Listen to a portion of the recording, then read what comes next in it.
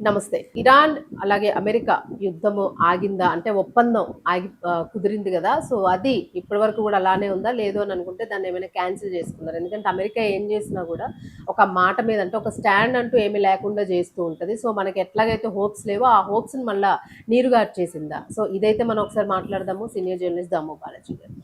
Sir నమస్తే sir. నమస్తే. Sir అంటే యుద్ధం ఆగిపోయింది, ఒప్పందం యాహ్! కుదిరిపోయింది అని అనుకున్నాము. సో, మళ్ళా ఒప్పందం క్యాన్సిల్ అయింది అనే వార్త వైరల్ అవుతుంది. సో, కరెక్టేనా అసలు మళ్ళా ఒప్పందం క్యాన్సిల్ అయిందా? నెక్స్ట్ ఇప్పుడు ఎట్లా ఉండబోతుంది? ట్రంపు ఈ ఒప్పందం ఏదో ప్రెజర్‌తో చేసుకున్నాడు తప్ప తనకేమి మనస్ఫూర్తిగా ఇరాన్‌తో ఒప్పందం చేసుకోవాలని లేదు.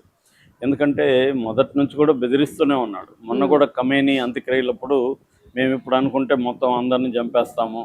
హ్మ్. అందరిని చంపేస్తే మళ్ళీ చర్చలకి ఎవరు ఉండరని చంపట్లేదు. ఇలాగా మాట్లాడితే ఎవరికైనా కాలుతుంది కదా! వాళ్ళేదో ఖమేనీని చంపేస్తే ఆ ఊరేగింపు చేసి ఖమేనీ అంత్యక్రియలు జరుపుతుంటే అప్పుడు దాదాపు 100 దేశాల ప్రతినిధులు హాజరయ్యారు నిజానికి. దేశంలో అన్ని చేంజ్ అయ్యాయి. మీ నగలు కూడా చేంజ్ చేయండి. మీ పాత నగకు గ్రాముకి 150 రూపాయలు ఎక్స్ట్రా పొంది కొత్త నగలు తీసుకోండి.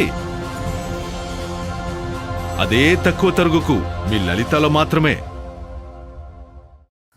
వాళ్ళని చంపుతాను బాంబులేసని చెప్తున్నాడంటే అతని మత్స్థిమితం ఎలా ఉందనేది అందరికి ఇప్పుడు అనుమానం. అవును. సో అందువల్ల థ్రెట్స్ అనేవి చేస్తూనే ఉన్నాడు ట్రంప్ ఒక పక్క. రెండో పక్క ఏంటంటే యాక్చువల్గా ఇరాన్ని దిగ్బంధించిన ట్రంప్ బ్లాకేడ్ అంటారు. ఆ బ్లాకేడ్ని నేను తొలగిస్తున్నాను, అలాగే మీరు కూడా హార్ముజ్ జలసంధిలో షిప్పులు వదలండి అన్నాడు. వదిలారు. కానీ అమెరికన్ ఫోర్సెస్ అక్కడే కూర్చొని షిప్పులు ఎలా వెళ్ళాలి ఏంటనేది అమెరికా గైడ్ చేస్తుంది. అక్కడ ఇరాన్కి కోపం వచ్చింది. నేను నా కంట్రోల్లో ఉంది ఇది, నేను నా కంట్రోల్లో నుంచి నీ కంట్రోల్లోకి నువ్వు తీసుకుంటే నేను ఎట్లా ఒప్పుకుంటానని చెప్పి తన కంట్రోల్లో లేకుండా అమెరికా కంట్రోల్ నుంచి వెళ్ళే షిప్పుల మీద అటాక్ చేయడం మొదలుపెట్టింది ఇరాన్. దాంతో అమెరికా కూడా ఏం చేస్తుందంటే ఇరాన్ స్థావరాల మీద అంటే కోస్టల్ లైన్ మీద ఫస్ట్ అటాక్ చేసింది. సో ఇది కంటిన్యూ అవుతూనే ఉంది. గత వారం నుంచి ఇది కంటిన్యూ అవుతుంది. అయితే నిన్న పెద్దగా ఎస్కలేట్ అయిపోయింది వార్ అనేది. మళ్ళీ ఒప్పందం ఓపెన్గానే క్యాన్సిల్ అని చెప్పేశాడు ట్రంప్. ఒప్పందం రద్దు అని చెప్పేశాడు. సో దాంతోపాటు ఇరాన్ని ఎవరు తిట్టనంతగా బండబూతులు తిట్టాడు. స్కమ్ అన్నాడు వాళ్ళని. ఇవి పీపుల్ ఆర్ వెరీ స్కమ్ అని, చాలా స్కమ్ అంటే పెంట, చాలా నీచంగా తిట్టాడు. దాంతోపాటు వాళ్ళు ఒక్క దాడి చేస్తే మేము 20 రెట్లు ఎక్కువ చేస్తామని చెప్పాడు. అంటే ఒక్క షిప్ మీద అటాక్ చేస్తే మేము దానికంటే 20 రెట్లు ప్రతి దానికి అదే చేస్తామని చెప్పాడు. సో అలాగా ఇప్పుడు ఏమైందంటే దాదాపు 80 ప్రాంతాల్లో ఇరాన్లో కొన్ని వేల బాంబులు వదిలారన్నమాట, నిన్న వేశారు. అందులో ముఖ్యంగా వాళ్ళ హార్ముజ్ ఏరియాలో, తర్వాత బుషహరు, తర్వాత చాబహరు, బందర్ అబ్బాసు, జస్క్, అబుమోస్ ఐలాండ్ వీటి మీద అంతా వేశారు. ఒక రైల్వే బ్రిడ్జ్ కూడా అక్కాలా అనే ఒక టౌన్లో ఒక రైల్వే బ్రిడ్జ్ని కూడా కూల్చేసింది అమెరికా. ఇప్పుడు ఇతను ఏం చెప్తున్నా అంటే ట్రంప్, బ్రిడ్జెస్ని మేము మొత్తం కూల్చేస్తాం, ఇరాన్లో ఉండే బ్రిడ్జెస్ని, అట్లాగే డీసాలినేషన్ ప్రాజెక్ట్స్ అంటే వాటర్ తాగడానికి సముద్ర నీళ్ళని మంచినీళ్ళుగా చేసే డీసాలినేషన్ ప్రాజెక్టులు ఇరాన్లో కూడా ఉన్నాయి. సో దాన్ని ధ్వంసం చేస్తాం. అట్లాగే కార్గ్ ఐలాండ్ గురించి మనం చాలాసార్లు చెప్పుకున్నాం. కార్గ్ ఐలాండ్ అంటే ఇరాన్లో మొత్తం ఆయిల్ ఉత్పత్తులు 90% అక్కడే జరుగుతుంది. అక్కడి నుంచే వేరే దేశాలకు ఎగుమతి అవుతుంది. ఆ కార్గ్ ఐలాండ్ కూడా మేము పట్టుకుంటామని చెప్పాడు. సో ఇప్పుడు సీరియస్ అయిపోయినట్టుగానే మనం భావించాలి. దీనికి ఇరాన్ కూడా ప్రతీకారంగా ఇటు బహ్రెయిన్, కువైట్లో ఉండే అమెరికన్ స్థావరాల మీద పెద్ద ఎత్తున అటాక్ చేసింది. వీ విల్ స్లాప్ హార్డ్ అని కూడా వాళ్ళ దాని ఏమంటారు విదేశాంగ శాఖ నిన్న ప్రకటించింది. ఒక పక్క ఈరోజు ఫైనల్ డే అనమాట. ఖమేనీని అక్కడ మసాద్ అని ఆయన ఖమేనీ పుట్టిన టౌన్ అది పవిత్ర స్థలం కూడా. అక్కడ ఈరోజు ఖననం చేస్తున్నారు. ఆల్రెడీ ఇరాక్ నుంచి బయలుదేరింది. ఇరాక్లో కూడా 2 చోట్ల వాళ్ళు నజఫ్ అండ్ కర్బాలా ఇరాక్లో కూడా, అక్కడ కూడా షియాలకి పవిత్రమైన స్థలాలు అనమాట.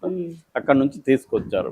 యాక్చువల్గా ఇది పీస్ఫుల్గా జరిగి ఉండాల్సింది. ఎందుకంటే ఇందాక నేను చెప్పినట్టుగా 100 దేశాల ప్రతినిధులు ఇంక్లూడింగ్ ఇండియా నుంచి కూడా మన ఫారిన్ మినిస్ట్రీ నుంచి వెళ్ళారు. తర్వాత బీహార్ గవర్నర్ వెళ్ళారు. కొంతమంది హిందూ స్వాములు, వివిధ మతాధిపతులు కూడా వెళ్ళారు. ఉమ్, సో ఇలాగా దాదాపు 100 దేశాల నుంచి వెళ్ళారంటే ఇరాన్కి ప్రపంచం ఇంపార్టెన్స్ ఇస్తుంది అనేది అర్థమవుతుంది మనకు. ఉమ్, సో అటువంటి కండిషన్లో పీస్ఫుల్గా జరగకుండా ఇప్పుడు ట్రంప్ దీన్ని మళ్ళీ ముందు వెనక్కి తీసుకెళ్ళిపోయాడు. సో ఇప్పుడు మళ్ళీ యుద్ధం మొదలైంది. దీంతో బ్రెంట్ క్రూడ్ ఆయిల్ ఆల్రెడీ $79, మళ్ళీ 73 ఉన్నింది అంతకుముందు.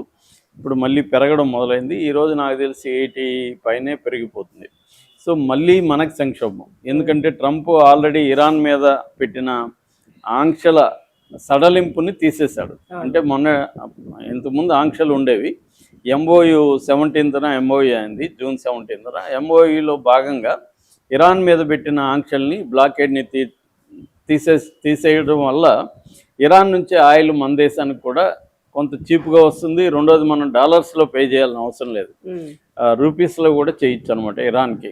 సో అది మనకి మేజర్ ప్లస్ అవుతుంది, ఎందుకంటే మనకి విదేశీ మారక నిల్వలు తగ్గిపోతున్నాయి. ఉమ్, అందుకనే ఆయిల్ ఇవన్నీ కూడా వాడొద్దని మన మోడీ కూడా ప్రజలకు చెప్పాడు. ఉమ్, బేసిక్గా ఏంటంటే విదేశీ నిల్వలు తరిగిపోతున్నప్పుడు మనం విదేశీ నిల్వల అంటే మన ఎగుమతులు పెంచుకొని దిగుమతులు తగ్గించుకోవాలి. అది మోడీ చెప్పిన దాంట్లో ఎసెన్స్. ఉమ్, సో ఇప్పుడు అది ఇంకా ఆ క్రైసిస్ పెరుగుతుంది అవును. ఇప్పుడు, ఎందుకంటే ఆయిల్ పెరిగిపోతుంది, అనివార్యంగా ఆయిల్ని దిగుమతి చేసుకోవాలి, దాంతో గ్యాస్ ప్రాబ్లం వస్తుంది.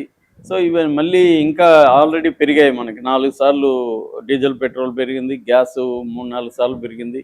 మళ్ళీ ఏదో నామినల్గా ఒక ₹180, ₹1000 పెంచి ₹183 తగ్గించారు. అవును. ఇప్పుడు మళ్ళీ పెంచే అవకాశాలు అయితే కనబడుతున్నాయి, ఎందుకంటే మళ్ళీ యుద్ధం మొదలైంది. ఇది మళ్ళీ ఇమ్మీడియట్గా అయితే ఆగదు. మనకు తెలిసి యుద్ధం అంటే ఎలా ఉంటుందో, అమెరికా ఇరాన్ మీద దాడి చేస్తుంది. ఇందులో అందరికంటే హ్యాపీగా ఉండేది నెతన్యాహు, అవును. ఎందుకంటే